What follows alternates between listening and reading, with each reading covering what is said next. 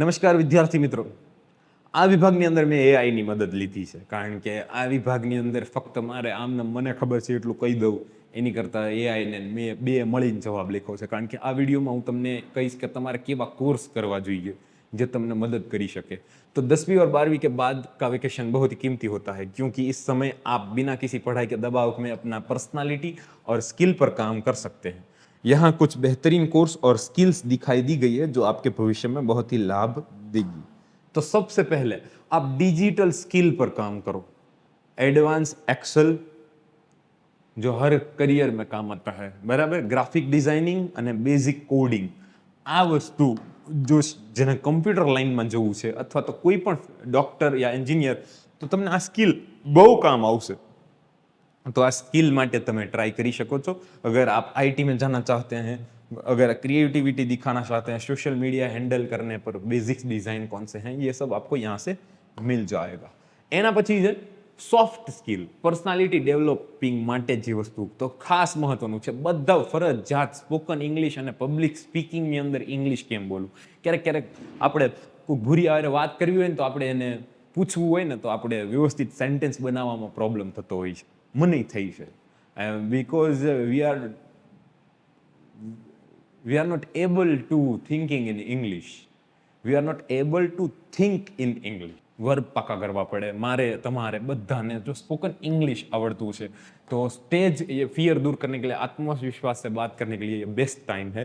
आप इन पर कुछ काम कर सकते हैं। आप चाहे तो कोई नाटक वाले ग्रुप के साथ ज्वाइन कर सकते हैं, તમે એ પણ કરી શકો।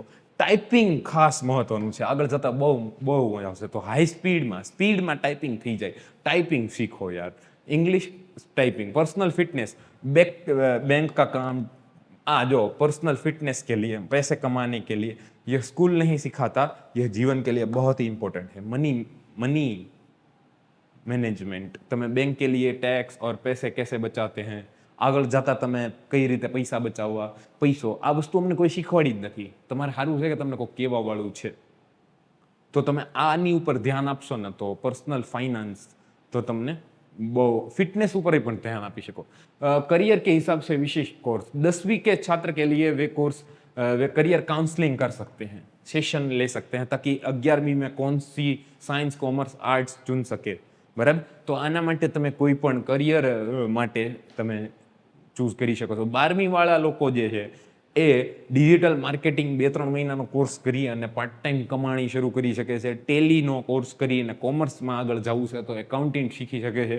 એક્ઝામ કી તૈયારી, જી, નીટ, કેટ, આની સિવાય પણ કેટલીક બધી તૈયારીઓ આવે છે, એ કરી શકો છો તમે પોલીસ બનવા માંગો છો તો રનિંગ શરૂ કરી શકો છો, તમે એક્સરસાઇઝ કરી શકો છો, આ મહિનાની અંદર ખુદને ટ્રેન કરી શકો છો। ઘણા બધા કામ છે। આ સિવાય તમે ચિત્રકામ કરી શકો છો, કોઈ મ્યુઝિક ઇન્સ્ટ્રુમેન્ટ શીખી શકો છો, બરાબર। 2 વર્ષની અંદર 10મા વાળા 2 વર્ષ 11-12 કદાચ મ્યુઝિક ઇન્સ્ટ્રુમેન્ટને પણ સાથે સાથે પેરેલલ શીખે, તો 12મું પૂરા કર્યા પછી ભાઈ તમને સ્ટેજ પ્રોગ્રામ મળવા લાગે, તમે તબલા શીખી જાઓ, તમે બાંસુરી શીખી જાઓ, અને આ બધું હવે આસાન છે શીખવું ફોનની મદદથી, છે કે નહીં? તો તમે આવા કોર્સ કરશો ને તો તમને બહુ મજા આવશે, બહુ એટલે બહુ મજા આવશે। તમે કંઈક કરો, બરાબર ને? આટલું કરી શકાય, બરાબર। તો આ ત્રીજો વિડીયો છે, કોર્સનો વિડીયો જે છે એની અંદર મારી જેટલી ત્રેવડ અને મારી ઓકાત છે એ પ્રમાણે મેં તમને કીધું કે ભાઈ તમે આવું કરી શકો।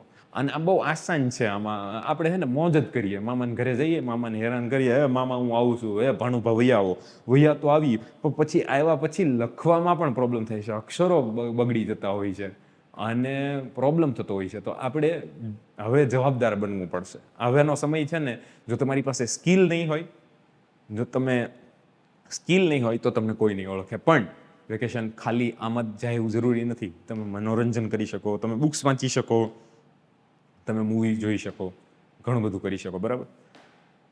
Okay, all the best, happy vacation.